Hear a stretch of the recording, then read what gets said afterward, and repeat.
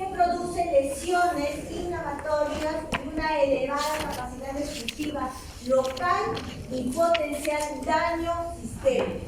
También recordemos que la enfermedad periodontal se consta primero en sus inicios como una enfermedad gingivitis, que es una secuela de una infección. Se limita a la encía marginal, no la gingivitis solamente es una inflamación de la encía marginal y suele presentarse como una forma común específica de la enfermedad. Si esa enfermedad, que es la gingivitis, no es controlada, no es supervisada y no es medicada o tratada, puede convertirse en una periodontitis, ¿no? Que es una enfermedad periodontal, ¿no? Una periodontitis también es consecuencia de una infección, pero se diferencia de la gingivitis porque esta acompaña de una pérdida ósea, el hueso alveolar. ¿Cuáles son los diversos tipos de la enfermedad periodontal? Son secundarios y distintas infecciones específicas que se clasifican de acuerdo a sus manifestaciones.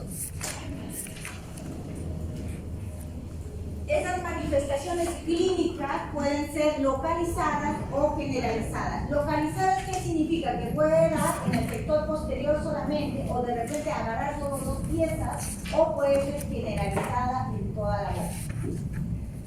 La periodontitis prepuberal se da en pacientes de 1 a 12 años, prepuberal. Formas localizadas y generalizadas de periodontitis juvenil que se da en pacientes de 13 a 20 años. Y periodontitis en el adulto que puede ser, por ejemplo, una periodontitis progresiva, rápida y crónica localizada normalmente después de los 30 años. Todas las enfermedades periodontales son causadas por una infección y todas conllevan a cambios perjudiciales en los tejidos de sostén. Generalmente, ¿cuáles son los tejidos de sostén? ¿Ah? Ya, pero ¿cuáles son más? Porque no solo es el espacio para el ligamento periodontal. ¿Cuáles son? El hueso alveolar, ¿qué más? El diente. ¿Cuáles son los tejidos de sostén? Cemento, hueso y ligamento. ¿Conductos? No. ¿Cuáles son los tejidos de sostén que afectan el sistema periodontal? ¿Qué es lo que se te inflama? El diente puede estar sano, no tener caries, no tener ninguna lesión, pero sin embargo hay pérdida ósea y pérdida dentaria posteriormente sin detectar. Entonces, estas causas varían. Puede ser causas por una higiene deficiente, diferente patogenia, evolución, historial natural y respuestas al tratamiento que de repente no ha sido la adecuada. Ahora recuerden que la enfermedad periodontal también se puede originar por una enfermedad sistémica tipo diabetes. Pacientes cardiovasculares que están medicados también causan enfermedad periodontal por las medicinas que toman. Pacientes con enfermedades renales también. Recuerden que no necesariamente es por falta de higiene. Entonces, la prevalencia de la periodontitis en el adulto aumenta con la edad. A mayor edad, mayor prevalencia. La etiología de la enfermedad periodontal surge de la interacción entre los factores del huésped y la destrucción periodontal. La protección de estos factores o trastornos conlleva la formación de una bolsa periodontal. Esa bolsa, por ejemplo, es una manifestación universal de la enfermedad periodontal. Ustedes agarran la sonda periodontal y si mide más de 4 milímetros tiene una bolsa periodontal. Quiere decir que ya hay una pérdida ya de tejido del hueso alveolar. Hay una pérdida y eso está haciendo acúmulo y está causando una inflamación. Otros signos clínicos son hemorragia, exudado purulento, uno aprieta, sale pus, bacterias. Por eso los chicos y las chicas, cuando tienen un novio, fíjense en la calidad de los días y no están tragando toda la purulencia que se enamorar. Se elevan la función de las crestas alveolares y movilidad dental. No es broma, no es broma. ¿Ustedes han visto abscesos periodontales? El exudado purulento es verde y apesta como si estuviera muerto un ratón ahí. Todo lindo, la mayoría trata de proteger sus dientes de adelante para que la sonrisa sea linda, pero miren atrás. ¿Cuántos microorganismos se tragan en un beso? Terrible, Katy. La proyección de estos trastornos conlleva esa formación de esa bolsa periodontal. Entonces, por eso es que tienen que ser exhaustivos en el examen clínico de su paciente. En el curso de la enfermedad, por ejemplo, influyen factores de huésped, ¿no? Tales como algunas enfermedades sistémicas, como ya hemos dicho. ¿Por qué la persona diabética tiene esa propensión de sufrir enfermedad periodontal? ¿Por qué? ¿Por qué?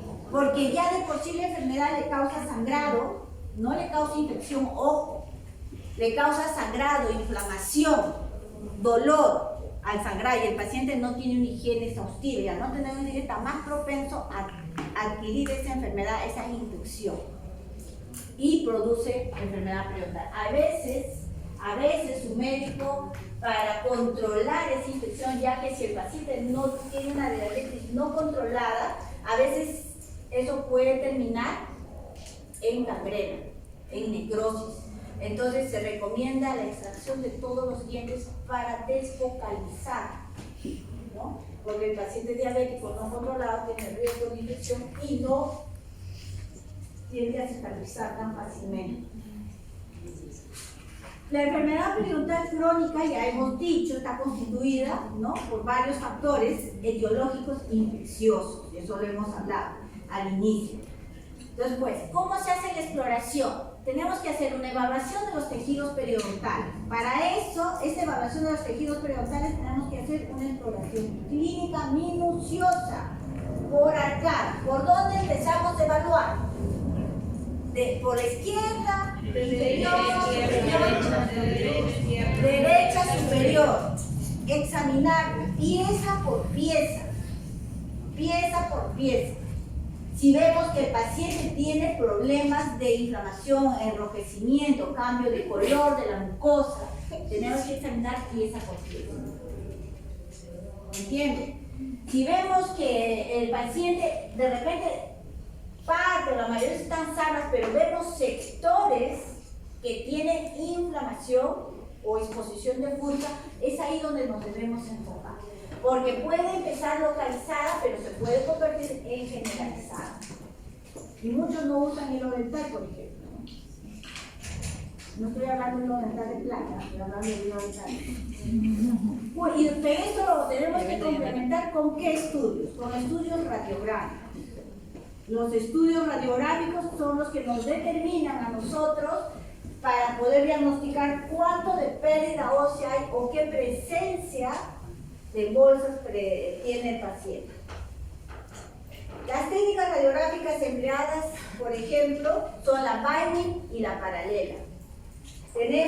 Y con esas dos radiografías nosotros podemos hacer la interpretación, pero ¿cuáles son las limitaciones de esas radiografías? Que es bidimensional, no es tridimensional. Cuando hay un desgaste, una reabsorción ósea nos va a dar solamente una cara, que es la vestibular o la lingual, si estamos en el inferior. Ya, la exploración clínica primero debe incluir un sondaje periodontal, un índice gingival, una exploración de la movilidad del diente, si tiene movilidad grado 1, grado 2, grado 3, grado 4, una evaluación de la cantidad de encía adherida que presenta la pieza dental. Estos factores no se distinguen bien en la radiografía porque es una evaluación clínica, es una exploración clínica, no radiográfica. En los hallazgos radiográficos, ¿qué es lo que nosotros vamos a tener?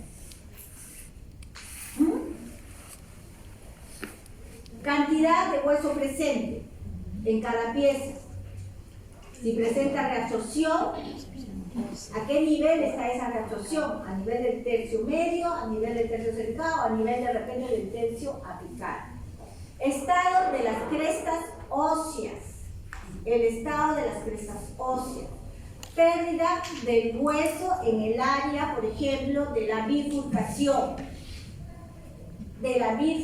Sobre todo a nivel de las molares, ¿no? Eso es importante. Anchura del espacio para el ligamento periodontal. Si el ligamento, el espacio del ligamento periodontal tiene un ensanchamiento notorio, bien específico, quiere decir que hay una inflamación. Ahí, por ejemplo, si vemos solo radiografía y no evaluamos, por ejemplo, hay que evaluar clínicamente, porque esa inflamación, si vemos que solamente hay una o dos piezas de un solo lado, puede ser por traumatismo, no necesariamente por una infección. ¿Ya?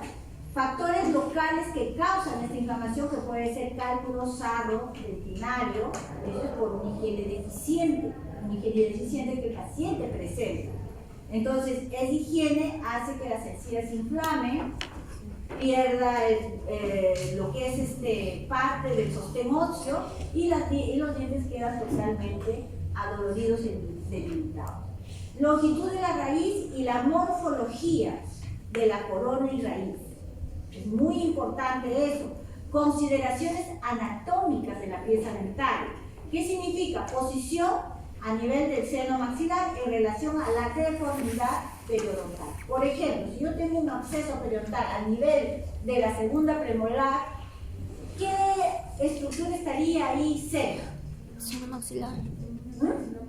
Superior inferior. ¿Seno? ¿Qué seno? Superior inferior. Superior inferior. Seno, ¿pero qué seno? ¿Qué es seno? Superior o inferior. Seno maxilar, muy bien. Es algo ambiguo. Leche. ¿Tú no lo has dicho? Ah, Claudia, ¿ves? Claudia, seno maxilar, seno.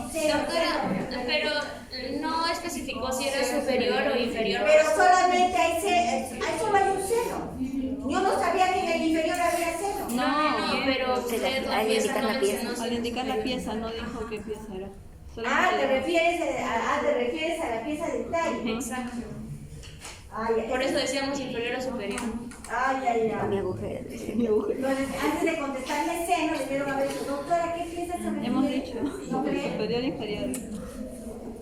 Bueno, si hablamos del sector superior, la primera y la segunda molar superior compromete el seno maxilar. Y si hablamos a nivel de canino y incisivos, ¿qué estructuras estaría comprometiendo con un absceso periodontal? Cosa nasal. ¿Ah? ¿Qué? Inferior. Si hay canino, si hay un absceso periodontal a nivel de la pieza 1121, ¿qué estructura estaría comprometiendo? Senos nasales. ¿Ah? Es piso de fosas nasales. Y una de las estructuras que más se deteriora es la espina nasal anterior. También tenemos que hablar de los dientes supernumerarios, ¿no? Y también de los dientes impactados. Por ejemplo, una tercera molar semi-impactada, erupcionada, puede producir acúmulo de alimentos y eso producir un problema periodontal. Consideraciones patológicas que puede considerarse es caries dental también, porque la caries dental no tratada puede producir no solo el daño de la pieza dentaria, sino también el daño del tejido que rodea ese diente. Lesiones periapicales, por ejemplo, traumatismo. ¿Qué más? ¿Qué otras lesiones puede producir un problema periodontal? Traumatismo es una luxación. ¿Qué más? ¿Qué más? Hábitos higiénicos. Ya, ese es externo. El traumatismo, por ejemplo, también puede ser movimientos parafuncionales, como el bruxismo. Puede producir ese tipo de problemas. Reabsorciones de las raíces, que son los que se producen, reabsorciones externas. Entonces, las técnicas que ya hemos hablado, que se producen son las radiografías, en este caso, la técnica de la periapical. Como vemos acá, hay una reabsorción a nivel apical de la pieza 1-1. Y si seguimos viendo, acá hay una imagen radiolúcida, ¿no? Mientras más arriba vemos el hueso mucho más radiopaco. Estarán discutiendo el examen que van a dar antes de irse, ¿no? Por supuesto. No están presos. Kevin. Ya, ven acá, ¿eso qué significa? Esas son las limitaciones que nosotros tenemos en la radiografía. ¿Debido a qué? A que solamente vemos bidimensional. Acá estamos observando, mira, se va. Miren, acá estamos observando, mira, este desgaste del hueso. ¿Se dan cuenta? Pero acá vemos una sombra, ¿ven? ¿Eso qué significa? ¿Qué nos da una idea? Que una de las tablas las tiene destruida, pero la otra está intacta. ¿Se dan cuenta? No sabemos si es vestibular o palatina, pero si nosotros pasamos la sonda periodontal, ahí sí nos vamos a identificar, porque donde nosotros apoyemos la sonda va a atacarse, va a tener hacia el hueso. Si es palatino, vamos a sentir el hueso para el palatino. Pero si es el vestibular, vamos al vestibular, y mientras que la parte que le falta va a sentir un vacío. Un vacío. O sea, esa es la limitación que tenemos en este tipo de radiografía. Pero nos sirve para diagnosticar. Miren, Ensanchamiento de lesión. esta es una inflamación. Vemos, por ejemplo, la lámina dura engrosada. Porque hay un proceso ahí. ¿Qué tipo de proceso? O puede ser traumático también. Pero ya se hizo un problema periodontal. O sea, el que el paciente sea sano, de repente tenga una higiene exhaustiva, perfecta, no lo limita a no tener una enfermedad periodontal que puede originarse, en este caso su etiología, porque es un trauma. Y puede perder el diente. La ortodoncia. Una ortodoncia mal llevada conlleva pérdidas dentarias prematuras. Porque las reabsorciones externas, si nadie les ha dicho, no se detienen, continúan. Si ustedes empezaron con sus 2 tercios completos y le llegó una ortodoncia mal llevada, y cuando terminan de la ortodoncia a los 5 o 10 años, pues ya les terminan así, terminan con la mitad del diente. Al año siguiente, ya tienen como si fueran dientes de leche, solo color. Y después lo expulsan como si hubieran cambiado. La absorción externa continua. Por trauma. También es por patología.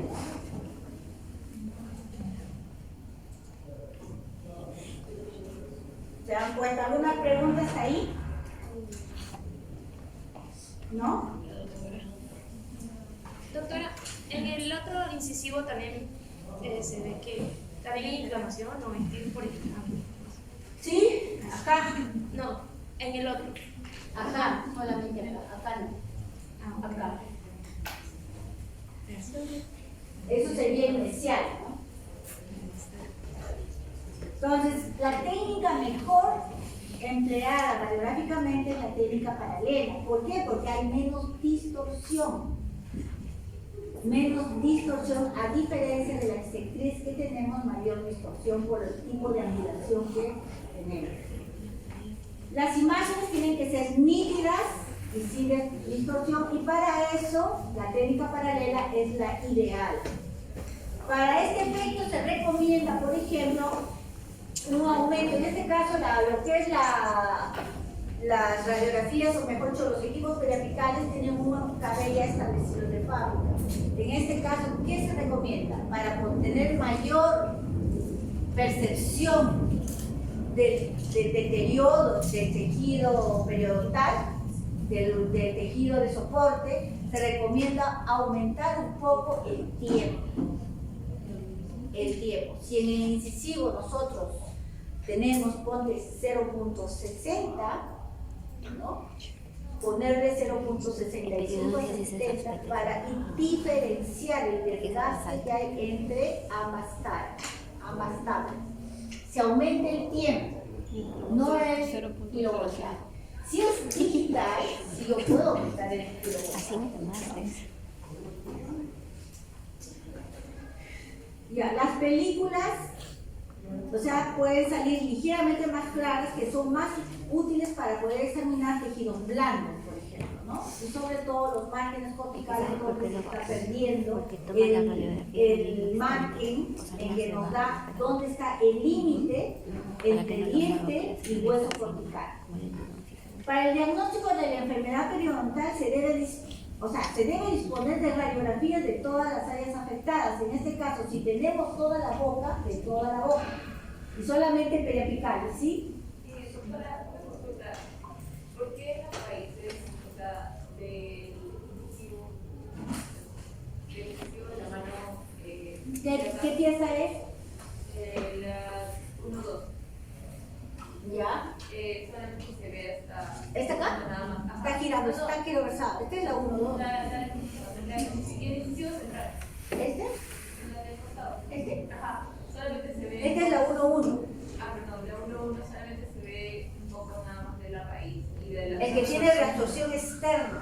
Ah, ya. Y no solo esa, si ustedes se ven acá en el lateral, van a ver reabsorción externa. Si ustedes ven este lateral, miren el lápiz. Presenta reabsorción externa. Este paciente ha tenido tratamiento ortodóntico y con recidiva, porque si ustedes ven su lateral, está girado. Se puede traer alguien por eso, pero Doctora, si no tuviera se tratamiento, puede traer alguien por ¿qué se eso. podía? Si es que no ha tenido tratamiento a enfermedad, a una enfermedad infecciosa, que ha tenido un acceso y que se ha controlado, pero ya perdió. Doctora, usted a inicios mencionó que se podían contagiar en peces, ¿verdad? Eso sería más directo, pero me puse a canalizar y ¿qué sucede con una persona que tenga enfermedades? Ahí tú vas a besar a una persona. No, que Ya, cavidad me está bucal dando y náusea, ya tengo arcada. que haya comido, o sea, y digamos que en los lugares públicos donde venden comida, que te sirvan con la misma cuchara que haya consumido la persona. Porque supuestamente nosotros, como odontólogos, tenemos Las que esterilizar. bacterias, las Tenemos que bacterias. esterilizar los instrumentos. Claro. Pero en caso de un comedor o de lo Las que sea, bacterias, ok. ¿qué es lo que no se muere? El virus, ¿no es cierto? Las bacterias se mueren con el lavado. En ese caso no habría problema. No había ningún problema. Yo, mira, ¿ya? Yo llevo mi alcoholcito. Y a mi tenedor, le echo mi alcoholcito. Y luego lo limpio con una servilleta. Yo, no sé si los demás lo harán, pero yo hago eso. También recomiendo pasarlo En la servilleta lo paso 2 o 3 veces.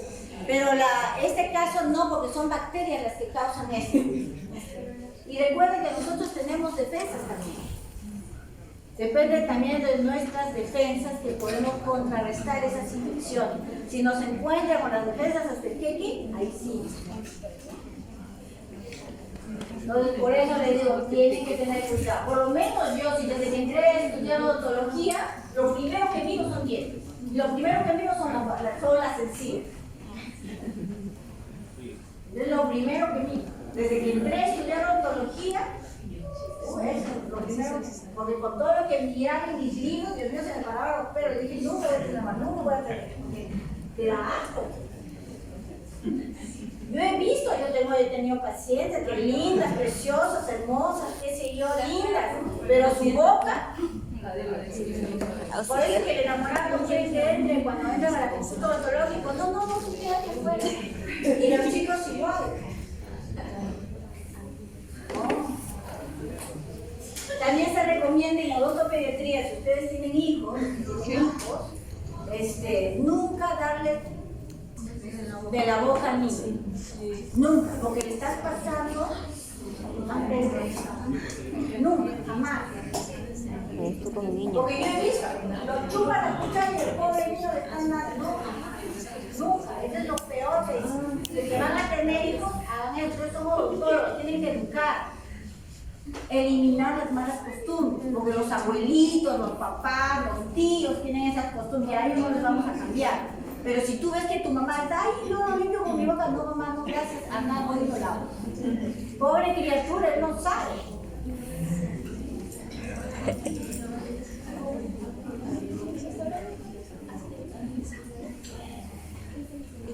Y recuerden también algo que tienen que ver, las enfermedades inmunodeficientes se contagian con sangre.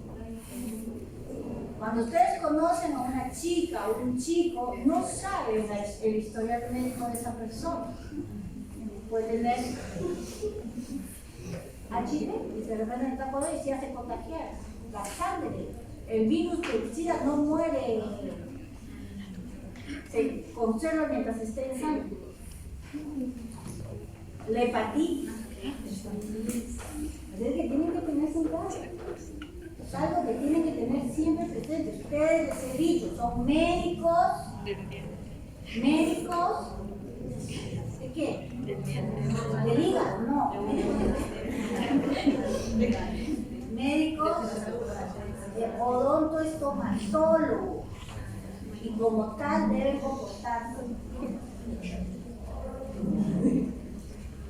Ya, ¿qué más? Estamos hablando de enfermedad. Ya. El diagnóstico de enfermedad se debe disponer radiografías de toda el área afectada. Si solamente es localizada, solo de esa área se toma la radiografía para ser analizada y estudiada. ¿Okay? Si es generalizada, de toda la boca. Este procedimiento particularmente debe evaluar los cambios que se producen, ¿no? O en la boca, por ejemplo, la pérdida del tejido sostén, ensanchamiento del espacio para el ligamento periodontal, pérdida de las crestas óseas. Acá ya no tenemos crestas óseas, ¿se dan cuenta? Ya no hay pérdida de la laminadura, pérdida del mismo hueso alveolar. Y ya casos muy extremos, reabsorciones externas, radiculares, ¿no?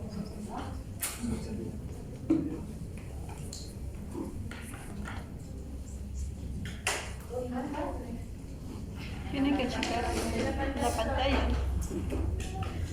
No. No. Ay, no pasa, se agrandó creo, ¿no? Ya, pasa, pasa. Miren eso.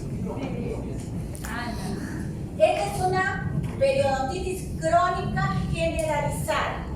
Crónica generalizada. Miren.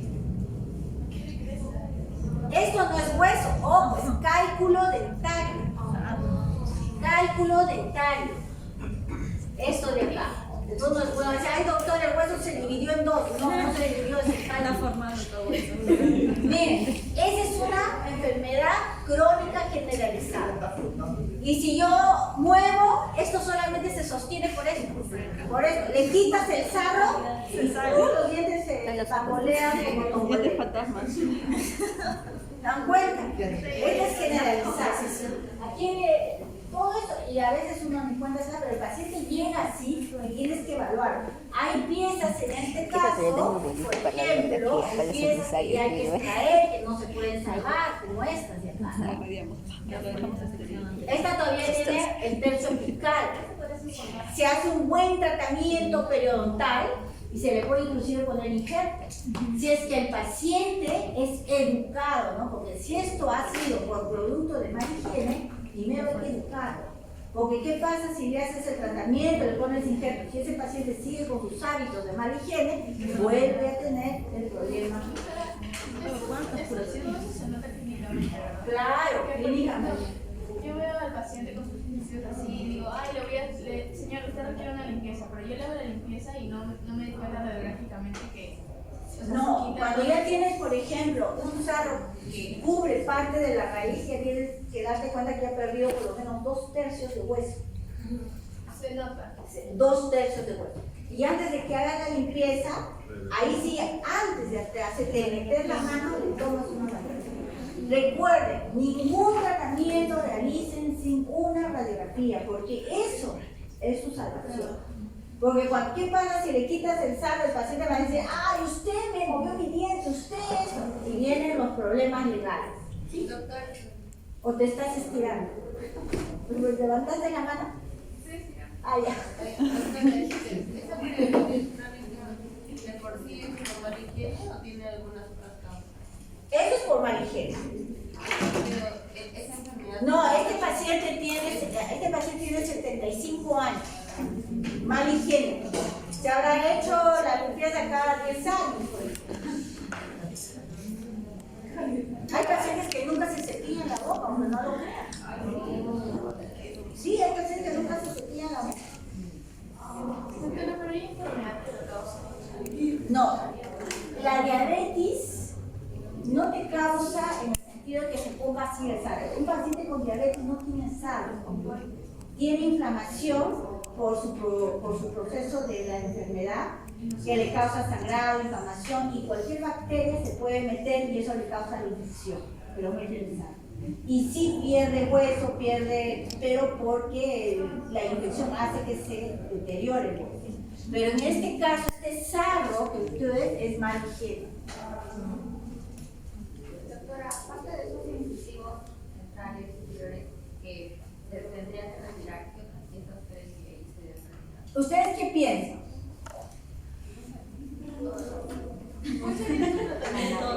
Este se va, esa tercera molar se va. ¿Qué más? Acá tiene un defecto óseo bastante grande. Sí se puede tratar. Mira, una pieza que tiene 2/3 de hueso, se puede tratar, limpiar, medicar al paciente y después hacerle un injerto. Pero lógicamente educándolo por falta de higiene. Si el paciente no se educa, eso va a fracasar, el tratamiento fracasa. Pero, por ejemplo, si tiene 2/3 se va. Esa molar, por ejemplo, esa molar está con movilidad. Esa, casi la mayoría. Esta no, esta tampoco. Estas todas están con movilidad. Esta no, esta sí, un poco de movilidad. O sea, ustedes tienen que evaluar según la movilidad y según el grado de infección. ¿Cuál sería su tratamiento? En este primero hacerle una limpieza y junto con la limpieza decirle al paciente que muy probablemente el diente se salga en la limpieza y esos dientes se salen en la limpieza. Los de adelante. Ahí tienen que limpiar bien, puretear bien y suturar. Porque, ojo, recuerden, una encía inflamada sangra como si tuvieran hemorragia. Sangra un montón.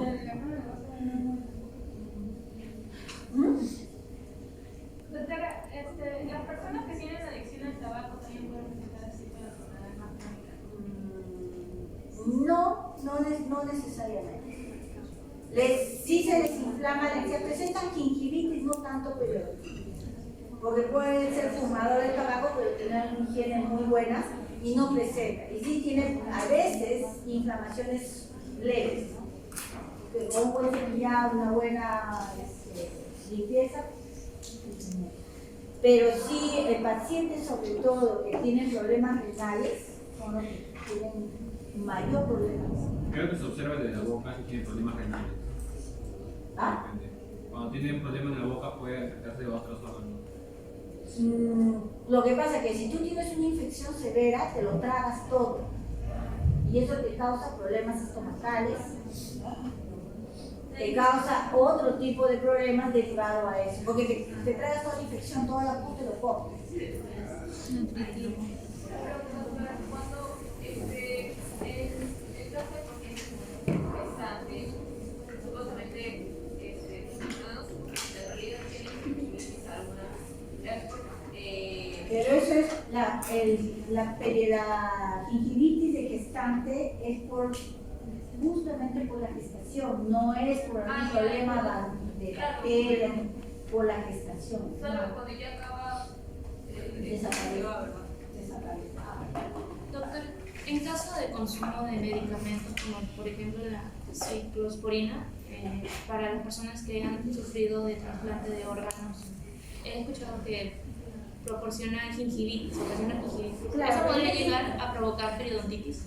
No, porque si tiene un control constante cada 6 meses o por lo menos una vez al año para el odontólogo, se le puede evitar ese problema. Y en caso de que cause demasiado problema, medicamentos de trasplante hay un montón y de diferentes grados. Si yo veo que el medicamento le está causando ya un daño, yo tengo que llamar a su médico y recomendar el cambio de medicina, porque toda medicina causa efectos secundarios. Entonces vemos los efectos que está causando. Si no es un daño muy relevante, ya se puede tratar odontológicamente. Pero si ya vemos que el daño ya es más relevante y se manifiesta con mayor frecuencia en boca, entonces se llama al médico. Por eso se llama interconsultas y decirle que cambie la medicina que le está causando un problema. Igual pasa con los problemas del corazón, pacientes cardíacos que tienen medicación constante. Generalmente funcionan los enjuagues bucales que digamos que ayudan a que la encía esté mejor. O sea, que Mira, el único enjuague bucal funciona es el Perioid, pero solamente cuando es tratamiento y un mantenimiento de un mes, no es frecuente. Solamente, por ejemplo, si tú tienes periodontitis, yo te trato, te doy 7 días de medicación de tratamiento, inclusive hasta 15 días para contrarrestar esa infección, pero de ahí un mes de mantenimiento más. Pero normalmente en oncología, el enjuague que se les está dando a los pacientes a nivel oncológico, a nivel de cáncer orales, se da bicarbonato diluido. ¿Por qué? Porque te disminuye el pH. Al disminuirte el pH, no hay subsistencia de bacterias. No hay acidez exacta. Pero una consulta, si un paciente presenta una gingivitis en progreso, ¿hay una medicación adecuada a ello? ¿Simplemente es un tipo de tratamiento o solamente es cuidado bucal adecuado? No, gingivitis hay otras marcas que no necesariamente puedes tener. Puedes darle, pero hay tratamiento cuando es un gingivitis leve, ¿no? Pero hay de mantenimiento, no de tratamiento. O si no, hay una marca que es muy buena, que es de Vitis, que es para encías sensibles. hay para encías sensibles. Claro, para encías sensibles es muy buena, que le puede dar a aquellos pacientes que presentan ese tipo de problema de gingivitis. Hay de ortodoncia. Ahora, hay una pasta que es medicada, que la tiene mi fármaco, muy buena para problemas periodontales graves, ¿no? Graves, inclusive gingivitis, para evitar que eso se florece, que es el Dentipax. Es una pasta medicada, muy buena, pero solamente se da en tratamiento, ¿no? No es una pasta de uso común. Las pastas dentales de Vitis tampoco solo es para un mes, no es para uso diario. No. Doctora, ¿qué pasta nos recomienda usted? O sea, ¿qué es lo que tengo que buscar yo? Mira, yo te recomiendo todas las que tengan menos abrasivo.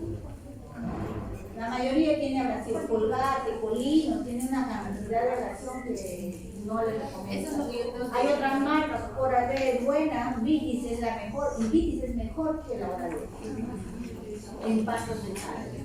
Cuesta más cara, no lo venden en supermercados, lo venden en farmacias. Y el registro sanitario de la Vitis es 100% asegurado. Eso también tienen que ustedes evaluar cuando son los registros sanitarios. ¿Quién es? Ah, ya, yo pensé que ya. Pensé que me decías, hay alguien ahí, yo venía ya. Terminemos. Ya, acá vamos a evaluar la enfermedad periodontal. Se evalúa también con la BIRU. Técnica radiográfica BIRU. Es la mejor radiografía para la evaluación, sobre todo el tejido sosténico. Clínicamente, una profundidad de sondaje mayor de 6 milímetros es vertical. ¿Por qué es vertical? Porque hay mayor expresión, miren, hasta dónde se va. Acá ya no hay hueso. Y horizontal cuando es mínima la pérdida de las crestas alveolares. Mayor de 6, menor de 6. Menor de 6 es la técnica tipo horizontal BIRU. Mayor de 6 es la técnica tipo vertical BIRU. Para evaluar tejido de sostén en una enfermedad periodontal. La técnica BIRU nos sirve para evaluar eso, áreas óseas, tipo de grado de la pérdida de las crestas alveolares debido a la incidencia de los rayos X. Y tiene que ser o 0 o menos 10 grados. Debemos tener en cuenta que clínicamente vamos a encontrar, por ejemplo, una profundidad menor de 6. Entonces, cuando es menor de 6, no necesitamos hacerlo sufrir al paciente. Simplemente una técnica BIRU normal, común y corriente, horizontal, nos sirve para evaluar las crestas óseas. Es por eso que se necesita un buen empleo de esta técnica. Tienen que salir las porciones coronarias en la mitad de la radiografía. para poder observar el primer tercio de la raíz. En las verticales observamos la corona y 2 tercios de la raíz. Bueno, eso nos va a dar una imagen que no registra precisamente la distancia entre la unión cemento-esmalte. Bueno, las técnicas radiográficas Baldwin nos sirven para evaluar después de una radiografía panorámica. Primero nosotros tomamos una panorámica donde nos vemos un diagnóstico macro. Viene su paciente con su panorámica y dice, doctora, doctor, evalúeme en qué estado está su diente. ¿Qué hacen ustedes? Se desmayan, plom. De los dientes que tienen. Mientras el paciente tenga un diente o 2 dientes, tienen que evaluarlo.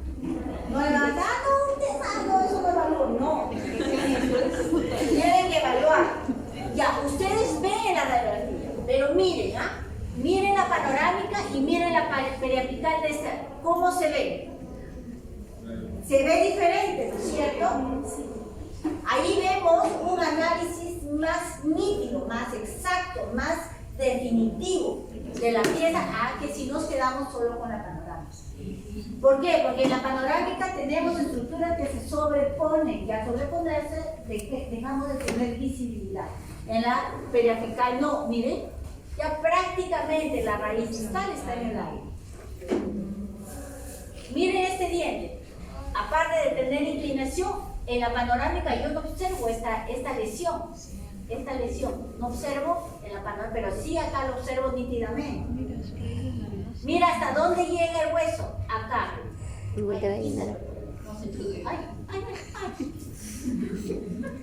Mira, no se pinte el hueso, ¿ven? Acá. Acá, hasta acá nomás llega el hueso. Miren esta del canino. ¿Ya tenemos lámina dura ahí? No hay. ¿Dónde la buscamos? No hay. Acá, ¿tenemos lámina dura? Tampoco hay. Se perdió. ¿Qué le dicen al paciente ahí?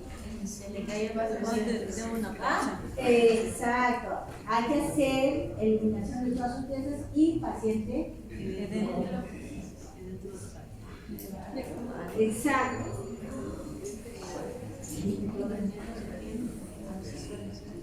Acá, ¿qué ven ustedes?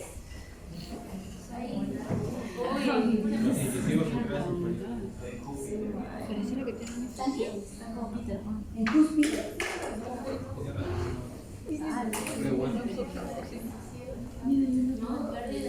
En una radiografía panorámica, como les he dicho, evaluamos en forma general, vemos el estado general de la boca del paciente, sabemos que esta pieza está mal, sabemos que esta pieza está mal, sabemos que acá ya perdió hueso, miren, pero no sabemos la extensión real. Y para eso, ¿qué necesitamos? Una periapical superior, técnica paralela, no bisectriz, técnica paralela. ¿Entienden? Técnica paralela. Entonces, igual acá ya este es un... Miren esto de acá, no hay hueso. ¿Se dan cuenta? Entonces, tenemos que evaluarlo con una periapical. ¿Por qué? Porque esto no nos da una información real, nos da una información general, pero no real. Y si nosotros queremos tener una información real, necesitamos la técnica radiográfica periapical paralela.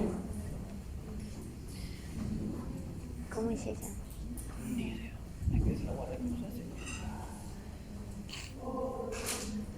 Acá, ¿qué ven ahí?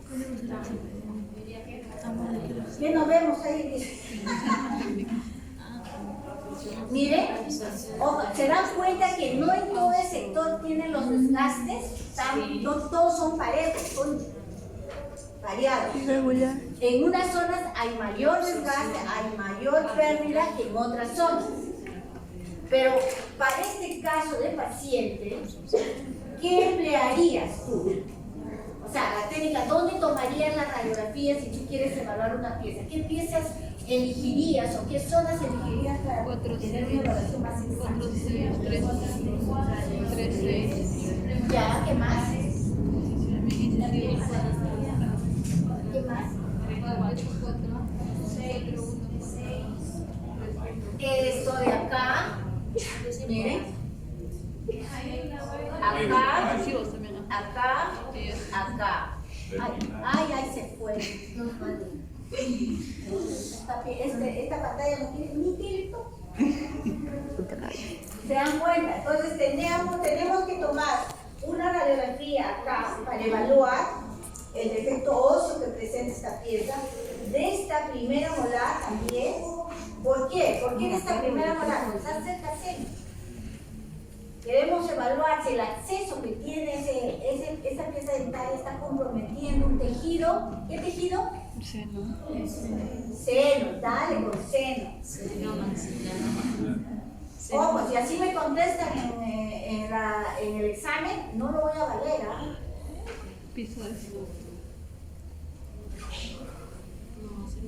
Seno maxilar.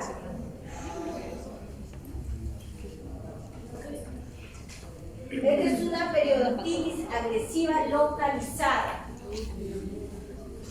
Una periodontitis agresiva localizada.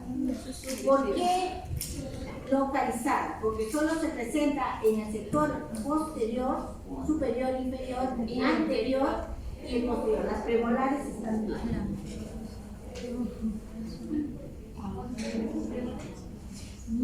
¿Y estas radiografías de qué radiografía corresponde? A ver, ¿quién ha tenido una mejor visualización? ¿Ah? No, es de la panorámica. Una periapical. Es de la panorámica. ¿Ves? Todos son periapicales técnica paralela. Ninguno es válido. Pero se dan cuenta el detalle de la lesión lesiva localizada. Miren la pérdida de los dos incisivos. Miren. Miren de la molar. De la otra molar. Ahí es lo que yo les digo. Acá hay hueso, acá también hay hueso. ¿Acá qué significa? Que una de las paredes no existe. Que puede ser la tabla vestibular o la tabla lingual. Como es bidimensional, no la podemos saber, pero si tomamos una tomografía, ahí sí vamos a saber qué parte de la mandíbula se ha perdido. Igual acá, acá ya prácticamente el diente está en el aire. Miren. Acá sí hay pérdida total. Cuando hay pérdida total de ambas tablas, se ve así, negro. Doctora, en la pieza 2.6, la raíz, ajá, la mesial. Se debe por la premolar, ¿verdad? Porque está en mala posición. Claro, está en mala posición. Y la 1.6. Por retención de alimentos puede ser, ¿no? Uno de los efectos. Y la 1.6 en ese caso está tratando por el seno maxilar. ¿Qué tratamiento podría ser? Porque ya tiene una función. Ahí, por ejemplo, se puede hacer un tratamiento y se le puede poner injerto óseo, ¿no? Porque tiene la raíz. Mientras no, lógicamente ahí se tiene que hacer ya endodoncia. Porque al haber una infección, una inflamación ahí, ya hay infección, entonces ya está contaminado el producto. Entonces se dan cuenta, cuando hay pérdida de ambas tablas se ve negro, cuando hay pérdida de una tabla se ve así. Y en este caso se ve así. Si no, negro.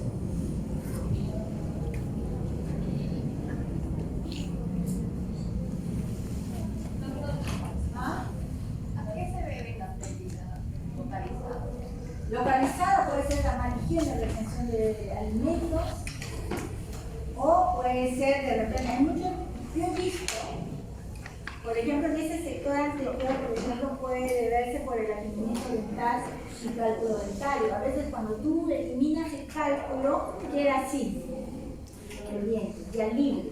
Pero a veces también es por la mala higiene, ¿no? A veces el paciente más se preocupa de sus dientes, de repente de los incisivos, pero no casi de los posteriores. Lo que no se ve. La pérdida ósea es típicamente vertical. Una pérdida grave, rápida de hueso alveolar es la que presenta esta pérdida vertical. Los dientes superiores suelen estar ligeramente más implicados en los dientes que los dientes inferiores. Es común observar una simetría o asimetría simétrica en ambos sectores, ¿no? Acá vemos, por ejemplo, otra secuencia de radiografías, miren, que es del mismo paciente. Por ejemplo, entre estas dos premolares el hueso está sano. ¿Se dan cuenta? Acá, abajo. Esta es una Bible ya, para que vean. En este sector, por ejemplo, entre estas dos premolares inferiores más el canino, el hueso está bien. Pero entre la premolar y la molar, miren. Igual acá, entre la premolar y la molar hay este defecto óseo. Igual acá, entre la premolar y la molar hay este defecto óseo. Y acá se están produciendo entre las dos molares. Inclusive acá ya hay afectación de furca. ¿Se dan cuenta? Igual acá. Afectación. Generalmente la afectación de furca se debe a que muchas tienen la costumbre de meterse mortalientes o cosas punzantes, ¿no? Y eso también es causa de esos problemas. De los molares, ¿no? ¿De esto no? ¿De esto? No. ¿De esto? ¿De esto? En este es uno de los incisivos, ¿no? Los incisivos, eso sí se pierde, ¿no? De esto es un buen tratamiento, un buen curetaje periodontal, lo que derivan a un periodoncista, y el periodoncista ya hace una limpieza, ¿no? Un gingival, a veces con colgajo, y después le hace un injerto óseo. No un injerto óseo. En estas piezas donde no están tan dañadas, se puede salvar. No está se puede hacer, pero los incisivos ya no. Aquí son los incisivos inferiores ya se perdieron. Doctora, ¿y a partir de cuántos tercios de pérdida ósea se puede ya saber? Mira, porque tengo un ápice, el ápice completamente hueso. ¿Cómo se llama con lo que montamos O en sea, los no estoy articulados? hablando de Las plantillas, claro, ¿no? o sea, ¿cómo les puedo decir? Acá vamos Con lo que montamos el articulador, los negritos. Se ven pues, platinos. Mientras tengan esto en hueso, lo que estoy señalando, esto se puede salvar aquí. Cuando ya está así, ya no. ¿Me entiendes? Porque acá le hacen un colgajo y el organismo reacciona y se regenera. Si bien es cierto, de repente va a recuperar un hueso medio tercio más, pero con un buen injerto y con un buen control periodontal se puede salvar.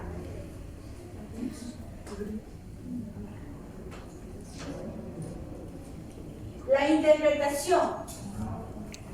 Hay que evaluar estructura de soporte dentario, hay que evaluar morfología dentaria y longitud radicular, hay que evaluar patrón y grado de pérdida ósea alveolar, hay que evaluar defecto óseo. ¿Cuáles son los defectos óseos que hay que evaluar?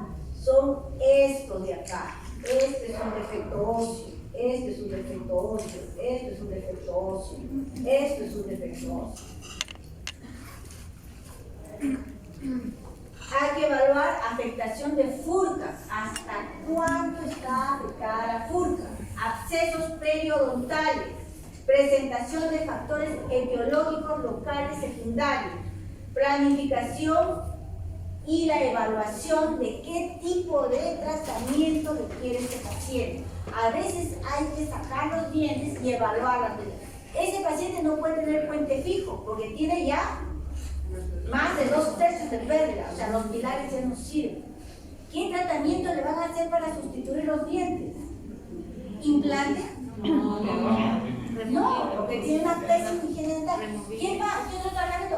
Prótesis removible. Pero la prótesis removible hay que evaluarla y planificarla de tal manera de que no deteriore con la fuerza de poner y sacar y con la masticación no deteriore o termine sacando los dientes pilares. sea, hay que tener una muy buena evaluación y una muy buena planificación para que no fracase el tratamiento. Esta es la estructura de soporte, cresta alveolar, hueso de soporte, la lámina dura, el espacio para el ligamento periodontal. Estas son las estructuras de soporte que sostienen el diente. ¿Se dan cuenta? Si falla o hay ausencia de esa estructura de soporte, el diente puede estar sano, pero igual se pierde. ¿Y otra pregunta más? ¿Ah? Doctora, ¿en qué consiste implante óseo? Implante no, ¿cómo mencionó? Injerto óseo. El injerto puede ser con hueso liofilizado de oveja o puede ser injerto óseo del mismo paciente. Se le saca de la cresta ilíaca o de la costilla. No le van a sacar un pedazo de hueso, pues una lámina nomás. Doctora, y eso iría acompañado con la fibrina.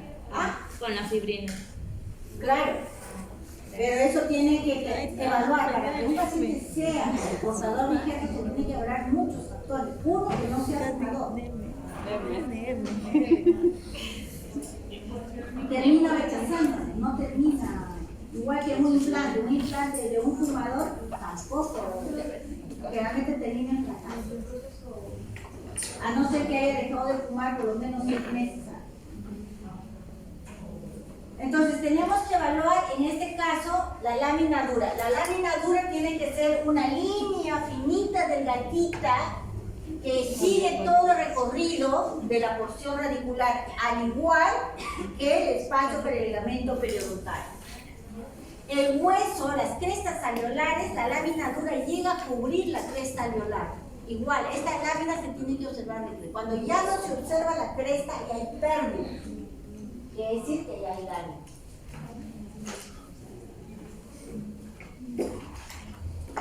Acá vemos la estructura de soporte. Cuando hay, o sea, lo normal es que tenga de 2 a 3 milímetros entre la unión cemento esmalte. 2 milímetros que tienen que tener de distancia entre la cresta alveolar y la unión cemento esmalte. ¿Se dan cuenta? 2 milímetros. Y la cresta viene de la lámina dura. En el sector posterior se le llama meseta. En el sector anterior tiene la forma triangular. En el sector anterior. El sector posterior tiene la forma de una meseta. La cresta.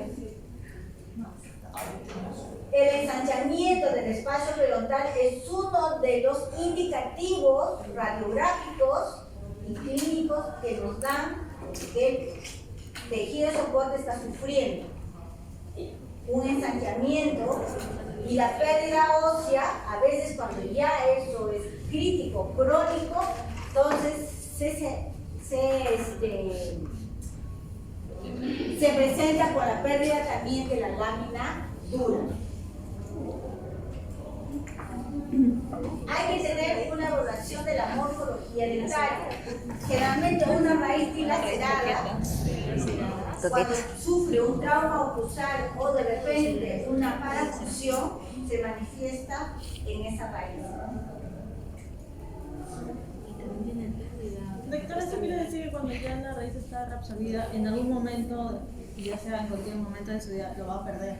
Claro, no se sabe el tiempo, o sea, no se puede decir. Es como, por ejemplo, cuando vas al médico y te detecta un tumor, y te dice, doctor, ¿cuánto tiempo me queda? No sé, 6 meses, 1 año, te dicen así. Igualito, acá tú le dices, doctor, ¿cuándo voy a perder mi diente? Depende de cuánto tú lo trabajas. Si tú no masticas nada con los dientes, te puede durar 1 año hasta 2 años. Si pones a masticar de tu pan francés, tu pan chabata, tu galleta, tu tostada, lo pierdes en menos de 2 meses. Así es, es la pura realidad.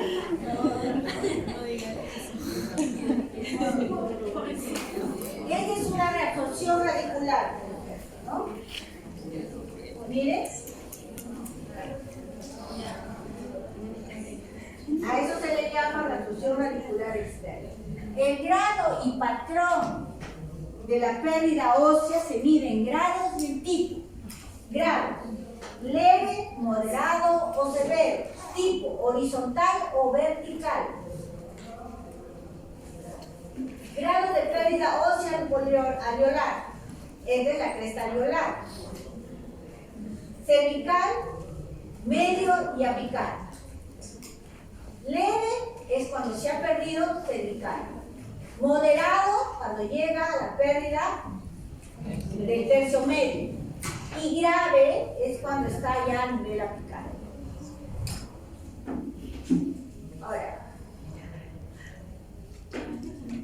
esto es grave, leve y moderado. Grave, porque ya no tiene hueso ya. Si ve el polvo que me diga, no, doctor, es leve. Pase, doctora. Alteren el examen. La reabsorción ósea leve es un borramiento parcial o total de la cortical a nivel de la cresta ósea. El borramiento se debe de acá, ¿no?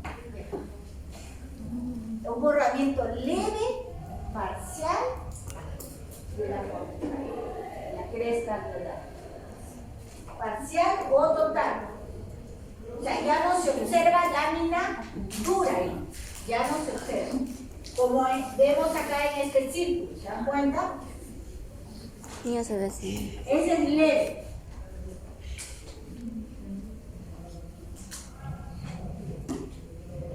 Reabsorción ósea moderada, pérdida de altura ósea hasta el nivel del tercio cervical.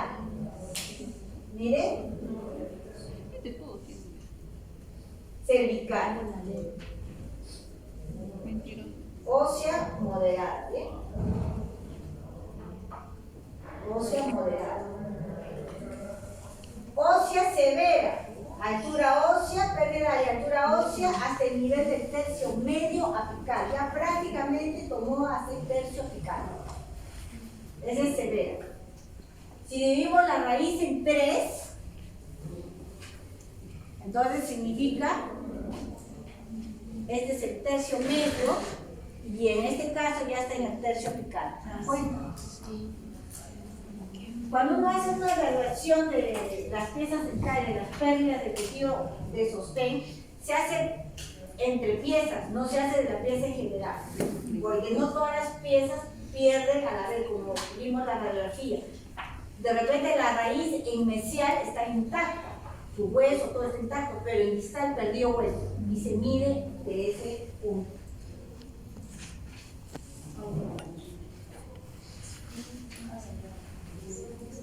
Otra vuelta lo ya. Vale.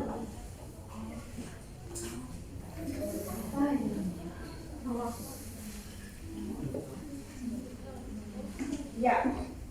Reabsorción ósea severa, y hemos dicho que es la pérdida de la altura ósea a nivel del tercio medio apical. Vemos acá.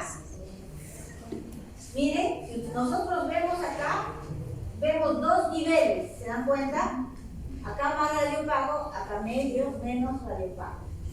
Porque solamente se ha perdido la tabla, una de las tablas, nada más. Pero ya solamente, mira, el tercio apical es lo que tiene. Igual acá. Ósea severa. ¿Miren? Prácticamente acá ya no hay ni hueso. ¿Cómo se mide el patrón de pérdida ósea alveolar? De tipo horizontal y de tipo vertical. ¿Cómo se está perdiendo el hueso? Cuando es horizontal se supone que es una reabsorción más suave, que se puede tratar. Cuando es vertical siempre queda, se podría decir, un pronóstico reservado. Vertical, ¿eh? ¿Cómo se mide? Muy fácil. Yo tomo la unión de un diente, en este caso de la premolar, que debería ser, ¿qué premolar es? porque debería ser la 4,5 con la 4,6. Tomo la unión cemento-esmalte y lo uno con la unión cemento-esmalte de la pieza 4,6 mesial. Y tomo desde la lámina dura, donde existe lámina dura, de la pieza 4,5 en distal, y lo uno hasta la lámina dura que está intacta de la 4,6. Y si estas son paralelas, ¿qué es? Horizontal. Si son divergentes, ¿qué es? Vertical. ¿Se dan cuenta? Así se hace un estudio de cómo tiene la pérdida ósea, desde tipo horizontal y de tipo vertical. Eso lo van a hacer en el examen. Vamos a ver. Se ríen. Miren, horizontal, paralelo, vertical, divergente. Entonces, ¿qué significa lo que le estoy diciendo? La pérdida ósea se mide entre diente y diente, no en global, entre diente y diente, pieza por pieza. Los defectos óseos son los que tenemos acá. Hay defectos óseos angulares y defectos óseos tipo cráter.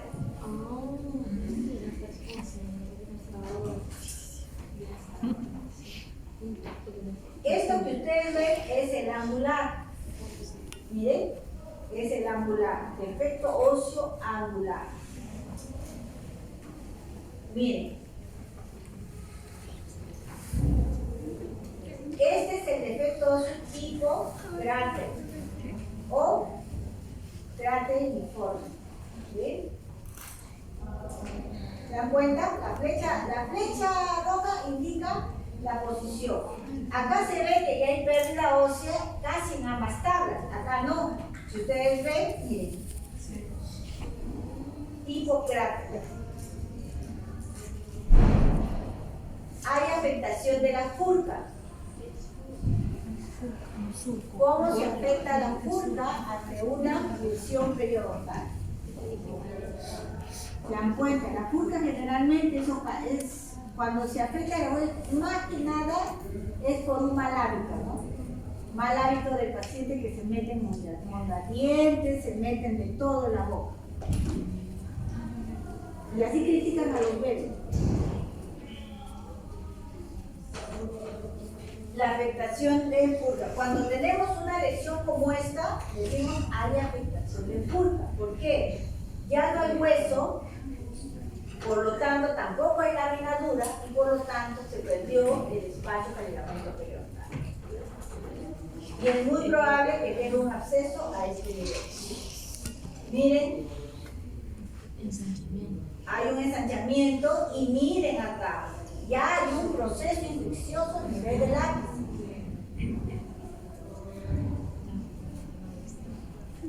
Miren, ¿quién tiene las muelas así?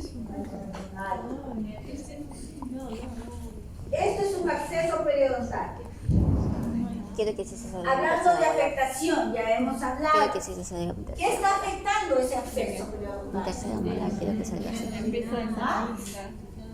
Seno maxilar. ¿Qué parte del seno maxilar? El piso del seno maxilar. Doctora, una consulta. ¿Y cómo hacen en caso de los implantes? En la Ahí parte vas a poner superior. implante, ¿qué vas a poner implante? Ya no tienes, lo único es septicemia de toda la boca. No puedes poner. Recuerden, las indicaciones para poner un implante, el paciente tiene que tener el hueso sano, las encías sanas. No tiene que ser fumador. Si tiene diabetes, la diabetes tiene que estar controlada, menos de 100 de glucosa. ¿Me entienden? Si no, no puede ser receptor de un implante. Si no, le da periimplantitis. ¿Tienen VIH, doctora? ¿Ah? ¿Si tienen VIH también? No, eso se puede llevar, no tiene contraindicación. Mientras no te salte la sangre a tus ojos y el paciente esté controlado, Un paciente de VIH hay que mandarle un examen. Y generalmente a todos los pacientes hay que mandarle un examen para ver en qué situación vienen al consultorio, sobre todo si va a entrar a cirugía. Doctora, si el paciente es hipertenso y está medicado, ¿es conveniente hacer un implante? Sí. Pero no hay una reabsorción. No, para nada. El paciente que sea hipertenso no tiene ningún problema, ninguna indicación mientras sea controlado. Y ojo, cuando tú un paciente, por ejemplo, paciente que toma anticoagulantes, tienes que consultar con su médico, con su cardiólogo, para que le quite 5 días antes la medicación y poderle colocar el implante. Y después de 2 días él va a volver a tomar con su rutina de medicación y no pasa nada, mientras esté controlado. ¿Me entienden? Normalmente a un paciente con problemas cardíacos se le medica antes, ¿no? Previa a la cirugía, 3 días antes, antibiótico-terapia como medio de profiláctico, para así evitar cualquier inconveniente que pueda presentarse postquirúrgicamente. Todo eso, ojo, conversado con su especialista. Nunca hagan ustedes sin conversar. ¿Entienden?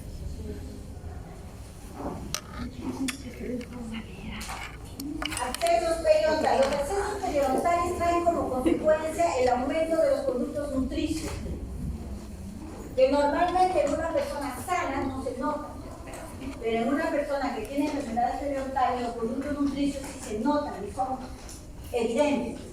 Y también los pacientes que tienen tratamiento ortodóntico, los productos nutricios se dilatan como medio de defensa.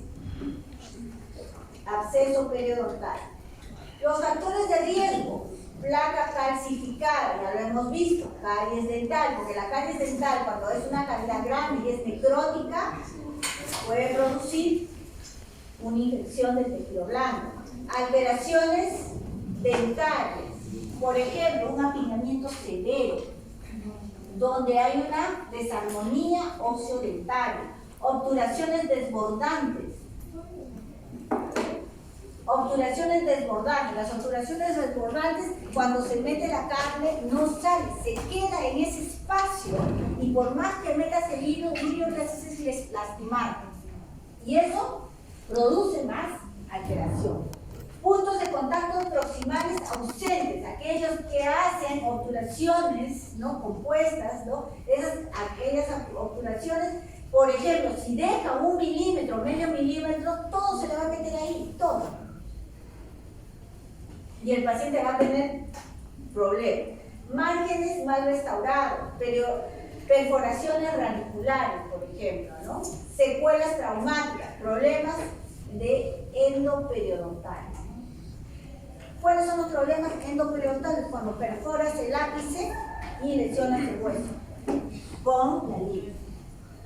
Claro, el paciente no siente porque está asfixiado, pero tú sí sabes que ya has perforado hasta el fondo. Esto que ustedes ven es placa calcificada. Ojo, eso va a venir en la pregunta. Placa calcificada es una de las causas más frecuentes para causar problemas periodontales. La placa calcificada, porque se torna dura, que parece la misma estructura dental. Miren el color del hielo. Estas son factores de riesgos locales, ¿mira? Desbordantes, obturaciones desbordantes. Falta de puntos de contacto.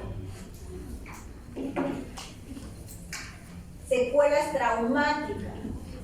Fracturas. Estos son los problemas endoperidontales. Caries dental.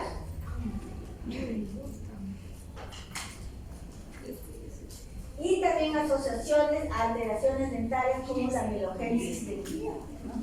Que se trata de amelogénesis dentinaria imperfecta, donde el paciente nace con un esmalte, pero un esmalte débil, que a la primera contacto de la oclusión se quiebra, se rompe. Ese es uno de los problemas que causa también problemas periodontales.